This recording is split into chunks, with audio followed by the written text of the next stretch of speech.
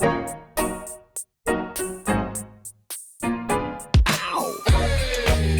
in a daydream. Ooh, such a sweet thing. Life on the big screen. It's such a beautiful scene, yeah. Welcome back to the kitchen, Nathan. Closet. Welcome out of the closet. We're going to come out of the closet today. 3 weeks. 3 weeks in a row now. I'm joking. No, next week we'll come out of the closet. Figured it. Yeah. Well, Like we won't be in this room. yeah. No. We should start this intro over. We got a fun one today. All right. You guys, we are excited about today. More discussion pieces from our community, actually. Last week we talked about second shooters, them being overpaid, and scamming your work as their own. Yep. Kidding. It was an honest discussion. Today we're going to be talking about another discussion from a non-anonymous user about client rescheduling and what you should be having in your contracts, and kind of what the plan of attack is if a client wants to reschedule the wedding. And Nate and I have some good opinions on this. At least we think they're good opinions. We've got some fantastic opinions on this. What's interesting about this post right now, had a 200 person reach, 16 comments, 1 reaction, and it's Andrew Guilford just doing the. Of course, it's Andrew. So I'll give it another reaction. I'll give it a heart. I'll give it the same reaction that Andrew did. Wow. Wow. From our group member. Hello, everyone. I've got a quick question. One of my clients have just messaged me to reschedule their wedding another year away. They're originally booked for December 2025, but have now moved it to December 2026. Side note, I don't think this wedding is going to happen. Yeah, crazy. I should be charging more for this, right? As they booked me for a price I had set for 2025, not 2026, as I feel like my prices by then will be higher. Thank you in advance for any support. My business is only 1 month old, so still learning these things. Couple things. Yeah. I don't think that wedding will ever happen. Yeah, I wonder why they're pushing it back. Going on a limb here, something's going to happen. It won't, it won't go through. 2.5 years away. Second thing, I feel like the premise of this question, how I'm taking it, is they're asking if they should charge more because of the hypothetical rates that they'll have in 2026, not because of a rescheduling fee, Yeah. which a lot of the comments will talk about, which we'll read. Yeah. But I think this person is mainly asking about their prices, hypothetical future, more than they care about the rescheduling fee. And I do appreciate that they put that last little I do too. sentence. My business is only 1 month old, so I'm still learning these things. Good. This is a great learning experience. Let's learn together, because Number one, if you're in business, just be confident, right? I don't like the wording of like, I feel like it's going to be more in next year. Like it will be. it will be. It will be. If it's Yeah, not, it should be. You suck. You should be charging more in 2026 than you are in 2024, hopefully. Okay. So I don't like the, I feel like it, you know, yes, it will be. Second off, as you said, we are going to talk about, you know, the contracts and the rescheduling fees. I would like to know if they already paid a security deposit, which this person doesn't let us know if they've even done that. This is like a huge reason why you have a security deposit, because like, as you said, there's a big chance, there's a chance that this wedding doesn't even happen. And if you have your security deposit, you got your money, you got your bag. And that's just for blocking off that date, and you're protected. So absolutely need to be charging a security deposit, whatever that is. We know people who do 50%. We know people who do 20%. Some people just do a flat 500, whatever it is. Absolutely need to be charging a security deposit. And the hard thing about this, which we're going to read the comments, and this person replies to every comment, so we kind of get a better understanding of her setup here. It's a woman. I'm going to I was trying not to say a gender, but it's a her. So we'll learn more, but also it's one of those things like when people post about these, like it's already happened, right? So whatever your agreement was, you can't go back on that. So all the advice we're going to give about your contract and things, that's definitely for next time, because you can't just out of nowhere say, oh, actually here's tell the client, here's what it is, you know, if your contract disagrees with you. So with that being said, here's my thoughts on clients booking years in advance. If I was a groom and we wanted to get married in 2026, I wouldn't wait until 2026 to book my vendors. I would want to do it now for a few reasons. One, their availability, and two, to get the best deal, knowing that if I can secure their price now, it'll save me money than trying to book them in the future. Right. So part of me thinks it would be unfair to tell this groom, yeah, hypothetically, my prices could double by then, and make up some number that he's like, well, where'd that come from? And then you say, well, that's how I'm going to be charging. And it's like, well, you can't predict the future. Like, yes, your business should might be increase. out of business, yeah. But like also you could get hit by a bus. Like, Yeah, something happens. Stuff happens. I feel really kind of scammy almost by using my reasoning to say my prices will increase. Hypothetically, right? I think your client should go off of what your pricing is now. Now, again, this could just be a Jake take here, but even when clients like years in the future ask me for like extra edits, I'll sometimes honor the brochure I originally sent them and say, hey, like, yeah, I love doing your wedding. Back then, I only charged this much money for a ceremony edit. I'll honor that price for you guys instead of doubling it and making it what my price is now 2 years later, you know? So that could just be my take on business, but I'm also kind of like, I think our prices are bloated anyway. Oh yeah, 100%. I think everyone's are. So. Yeah, I wouldn't pay our prices. Wow. Secret's out. We don't believe in our own work. But so that argument aside, okay? Now, I do think there should be a rescheduling fee. We've learned this recently. By one of our first bookings, they paid the deposit and then changed their whole wedding for 2 years later. And we learned to then have a rescheduling fee, which we'll dive into in the comments here. I would say if I am in this person's situation, keep in mind, she's only 1 month into her business. Right. I would even consider just canceling because a lot of people don't even make it past 1 year of doing weddings. Oh, so you don't believe in her at all? No, it's not. I'm saying that. It's not that I'm saying. A lot of people will do weddings. A lot of people will do weddings and they'll realize I actually hate this. Yeah. And they'll maybe in their first year they'll actually do like product videos. December 2026 is a long way away. Right. In that year of learning and growing, much less 2 years, they could very well learn that, hey, I actually enjoy doing promo videos. I like doing live events. I like doing photography, right? Yeah. Nothing boudoir is worth or doudoir. We don't discriminate. Nothing is worse than if you book this wedding 2.5 years from now, and let's say this person quits doing weddings in a year. Yeah. And all of a sudden they're like, oh my gosh, I have to do a wedding in 2026. I live in a different country. I live. Even worse if you take all the money and by the time that 2.5 years come out, you're like working for free. You're doing it for free. Especially if you give up weddings. Yeah. So I would even consider just saying, hey, like, that's great. I had you on my calendar. If it's over a year and a half away, which this is, let's just reconvene in like a year. I don't know. I don't think that's a terrible, just see if you're still doing weddings. I don't know. But yeah, I do see from the couple's point of view, I want to secure someone. We're on top of it. We're planning. I would love to plan them 2 years Some of my friends don't book anything past a year. So what are your thoughts on that? I think a year. I see the virtue in it. I do too.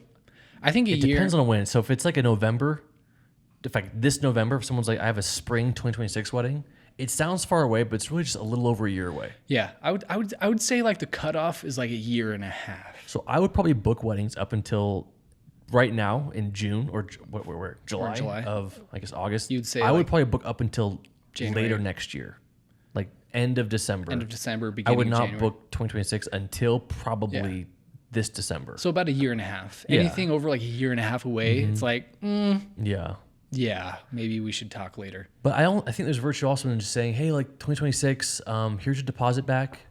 Talk to me in a year. Yeah. Or I'll hold on to this, but I can't commit to anything until next summer. Right. Which might sound kind of scammy. I'm going to keep your money, but I'm not going to book you until. Yeah. So maybe, I don't know. Let's read some of these comments. Yeah. Matt says, depends on your contract, lays out rescheduling and rules around it, which we're going to dive into a lot right now. If not, I personally would have a hard time charging more if the new date is available. And then this person said, I've only detailed that if they reschedule without 30 days notice, then they'll incur a fee, which we have in our contract too, about like if you cancel within 30 days of your wedding, we still get paid. Like all the money you paid us is ours because we blocked off your day. We turned away other clients. So if you cancel within 30 days of your wedding, not our problem, because our last payment is due 30 days before your wedding. Now, if you cancel right before then, before that last payment is due, we will cancel that payment. That's just how we do it. They've given me more than 30 days notice, so I can't charge them going forward. I'm going to amend my contract to cover for instances like this. So let's find a comment that talks about a rescheduling fee. Andrew Guilford says, for me, I would either be canceling with them or double charging them because the new date would be over 2 years away. That's not at all reasonable. An interesting take. But I see why you would want that. I think doubling is a little extreme. But then it's kind of like, I don't know. I'd be kind of weird if like in my month one, I get to book a wedding for $1,000. Let's say I have you pay me $500 deposit, 50%. And you say, oh, actually I'm getting married in 2027. Okay, it's gonna be $4,000. Because hypothetically, you know what I mean? I just think that's kind of weird. I don't think it's weird to have like a 2-year notice percentage fee, like an extra 20%. Yeah. Because early booking. I don't know. No. Ryan Schultz. He says, for us in December being, quote, off season, I'd probably just let them. We had a couple of brides have babies that cause date pushes. If it's not costing us a prime date, we try not to punish them for it. Now, I would disagree because 2 years from now, December might not be an off season for you. Also, I try to never book weddings in December. Right, but it might not be. Like imagine this person is Jake 2016. You didn't know in 2018 December was going to be a hot date. Yeah. Because you were traveling in December. You were going everywhere. Arizona, California, to the warmer places. So it's very likely that 2 years from now, December could be very popular for this person. And if you just say, oh yeah, no, it's an off day for me right now, I'm just going to like not punish them for it. Yeah, I'm just going to book it for $1,000. I think you're really going to regret that. That stuff. Reminds me, in 2017, I booked a wedding in Phoenix for $1,000. It was actually probably the second booking I ever did. It was a friend referral. They booked me. The wedding was in 2 years. I went to that wedding in or maybe a year and a half. I went to that wedding and my prices had since quadrupled since that booking. And I did feel like I was working for free. Yeah. But like, is that the couple's problem? No, it's not their problem. Not their problem that I'm now more expensive and I can't just ask them for more money. So I think you have to honor the prices the couple, in my opinion, you have to honor the prices the couple's inquired about. Take wedding out of it. Any product. Let's say you pre-order something. Pre-order a Cybertruck. Maybe I think Cybertruck did raise their prices. Pre-order an iPhone for $1,500, and they say it's going to take a year and a half to make. And you say that's fine. I want it right now, pre-ordered. Year and a half later, they're like, oh, it's actually gone up. You owe us more money. That's weird to me. I think you should. If you're there early, you should be rewarded for it. But those are also pre-order is also for things that are like mass production, right? True. You're not mass produced. You are only one person. You are going to be, you can't, unless you have like a team. Perspective as well. If you have like a team, which this person doesn't, like I could see us booking something because that day in 2 years, we could also have 10 other weddings that day that other people are shooting for us. But if it's just you, it's like, Okay, so I'm reading this comment from Brandon. On my contract, if they've rescheduled, they have to pay a fee. And this person responds, their contract allows one opportunity to reschedule without penalty. But for future, I think I'll amend this to suit these sorts of circumstances. I will say also, in my 7 years of doing this, I've never encountered this. 2 years. And I think contracts are a lot of... Yeah, I think contracts are a lot of like... You have to have those rare scenarios. Yeah. And oftentimes over 7 years, our contract has evolved where I've included clauses that apply to one unique circumstance that I might never run into again, but just in case, it's there. Yeah.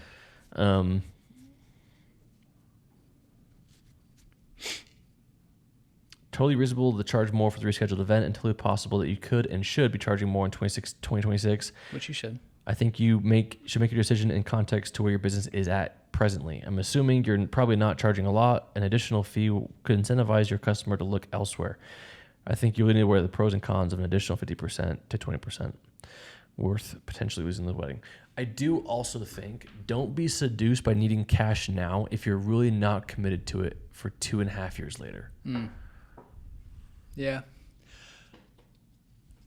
With this, I'll never forget when we brought up this topic with Alexander and Jackie Ma.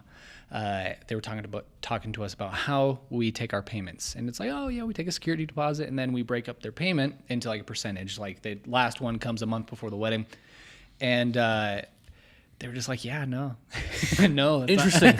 Interesting that you guys are doing that. That's working for you. They're sitting on their millions of dollars, and we're just like, what? Mr. Like, come on, how's that working for you? And they just said, no, we take our payments in full. The second they book, the second our clients book, paid in full. And we're just like, what? Because in our minds, you show up like, and there's an incentive. They offer them an extra 2 hours, I think, or a trailer if they do that. But yeah. There's the incentive. They add on 2 extra hours.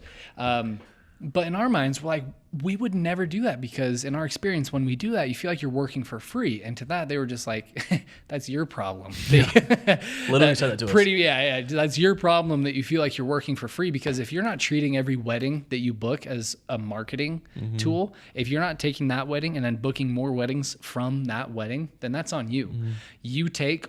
It's your business.